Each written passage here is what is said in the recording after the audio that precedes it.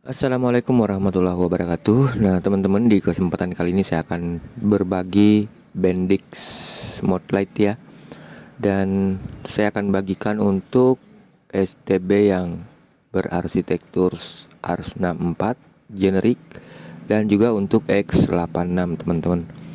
Nah, baik, di updatean kali ini tidak jauh beda sih dengan Bendix sebelumnya teman-teman, akan tetapi ada penambahan fitur ya di sini dan juga beberapa perbaikan user interface di updatean kali ini. Nah, teman-teman, namun sebelum kita lanjut ya untuk mengulas Bendix versi ini, kita terlebih dahulu memperlihatkan kepada teman-teman pemula jika memang belum menggunakan Bendix ya di OpenWRT-nya. Jadi cara installnya sama seperti IPK yang lain teman-teman. Sama seperti IPK yang lain, kita masuk ke folder root, kemudian kita bersihkan dulu ya di sini. Nah teman-teman nanti tinggal upload. Saya sertakan ada 3 file ya, Lucy app Bendix, Bendix x86, dan Bendix ARS64 generik teman-teman. Jadi tentunya untuk X86 teman-teman cukup upload 2 file, Bendix X86 dan Lucy app Bendix. Jadi Lucy app Bendix ini universal ya, kecuali core-nya teman-teman. Ini adalah core-nya. Untuk ARS64 teman-teman upload 2 file juga ya, yaitu Lucy app Bendix dan Bendix core-nya teman-teman. Oke, jadi saya contohkan di sini ya. Nah, jika sudah mengupload 2 file, teman-teman tinggal lakukan seperti biasa di terminal ya. OPKG update.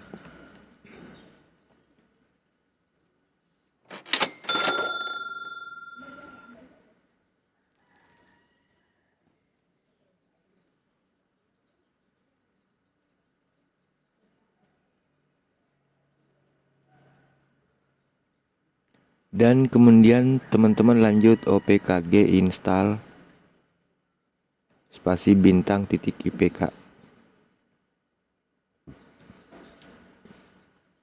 Nah, berhubung karena saya sudah menginstal latest version atau updatean terbaru seperti yang saya share di sini, maka tidak ada proses instalasi. Yang ada hanya informasi bahwa yang terinstall sudah up to date teman-teman. Jadi seperti itu. Oke, setelah terinstall nanti akan ada menu Bendix di sini ya. Kalau tidak ada boleh clear cache, boleh di restart STB atau X86-nya. Intinya jika sudah di restart dipastikan muncul di sini menu baru Bendix teman-teman. Nah, jadi akan seperti ini ya. Sebelum lanjut langsung masuk ke tab setting dulu teman-teman. Jangan lupa ini dicentang ya, enable traffic monitor. Sedangkan untuk connection monitor dan DNS monitor setting ini tidak disarankan sih sebenarnya teman-teman ya. Kalaupun iya, terutama di DNS monitor setting, di sini tadi awalnya kan 10.000 teman-teman. Jadi cukup beri 1.000 aja di sini ya. Biar tidak terlalu banyak menggunakan resource di STB kita atau X86 kita. Nah, jika dicentang akan berfungsi di DNS dan connection setting teman-teman. Namun jika tidak dicentang di dua opsi ini, maka di sini akan kosong nantinya ya di bagian connection dan di bagian DNS. Nah, seperti itu teman-teman. Jadi yang di bagian setting cukup centang enable traffic monitoring aja ya. Jadi saya contohkan di sini.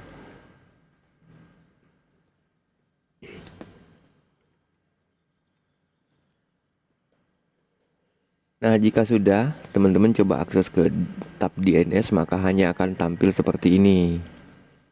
Begitu juga di connection teman-teman. Tapi di status itu pasti tetap berfungsi ya.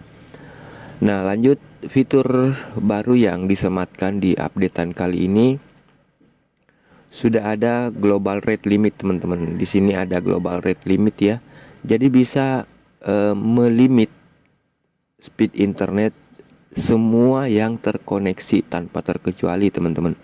Jadi bisa kita jadikan acuan ya sebagai batas limit universal atau batas limit global. Jadi kita klik aja di sini tombolnya, kemudian jangan lupa centang di enable. Dan di sini ada upload limit dan download limit teman-teman. Berapapun yang teman-teman isikan di sini, inilah yang menjadi patokan dari semua koneksi yang ada yang terkoneksi ke STB atau X86 kita teman-teman.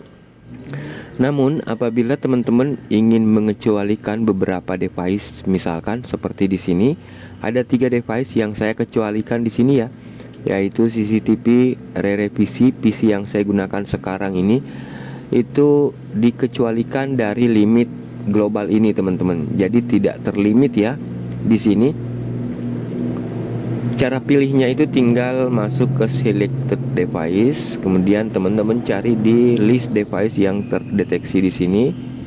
Ataupun kalau tidak menemukan list device yang terdeteksi di sini, itu kemungkinan belum up to date. Misalkan beberapa saat baru terkoneksi device-nya, teman-teman bisa langsung lihat di overview, bisa langsung copy MAC address-nya saja, kemudian dipastekan di sini, kemudian diklik add teman-teman. Jadi begitulah caranya ya, menambahkan di exempt device atau whitelist device di sini teman-teman. Nah setelah itu teman-teman tinggal save. Setelah di save teman-teman close, maka apa yang telah teman-teman setting di sini itu akan diterapkan langsung teman-teman. Nah, jadi semisal ada beberapa device, karena jika kita menggunakan teknik seperti ini berarti ini tidak terlimit sama sekali. Dan kalau ingin melimit tapi tidak seperti di sini kan 50 KB teman-teman. Jika misalkan CCTV ingin dilimit tapi tidak ingin di bypass tapi tetap diberi limit, itu tinggal dimanualkan saja teman-teman. Jadi misalkan di sini kita hapus, klik delete, kemudian di save dan close. Setelah itu teman-teman cari di sini ya, misalkan di sini CCTV. Nah tambahkanlah secara manual di sini teman-teman rule-nya. Misalkan tidak kepingin unlimited, tetap ingin limit tapi di atas limit global ya, tinggal ditulis di sini misalkan 120 KB ya, atau 500 KB, baru klik add. Maka dia tidak mengikuti opsi rule global dan juga tidak unlimited teman-teman.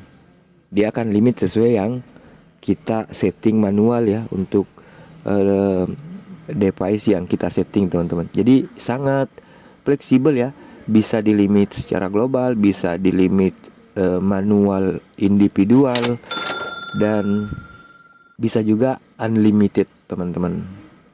Jadi seperti itulah fitur Bendix terbaru ya, dan ini sangat membantu teman-teman. Lagi pula juga sangat ampuh ya. Beberapa limiter-limiter yang pernah saya coba, terkadang ada yang berhasil, terkadang juga ada yang gagal, meskipun tingkat keberhasilannya lebih banyak ya. Tapi beberapa device terkadang tidak sepertinya lolos dari limit teman-teman. Nah dengan menggunakan Bendix, insya Allah kondisi-kondisi tersebut sudah tidak lagi terjadi di STB teman-teman semua. Nah oke, saya rasa cukup ya teman-teman. Saya akan sertakan 3 file, yaitu untuk X86, Core X86 dan Core Ars64 generic. Saya akan sertakan teman-teman, serta Lucy APPP Bendix-nya. Nah oke, saya rasa cukup ya. Mudah-mudahan bermanfaat. Terima kasih banyak. Assalamualaikum warahmatullahi wabarakatuh.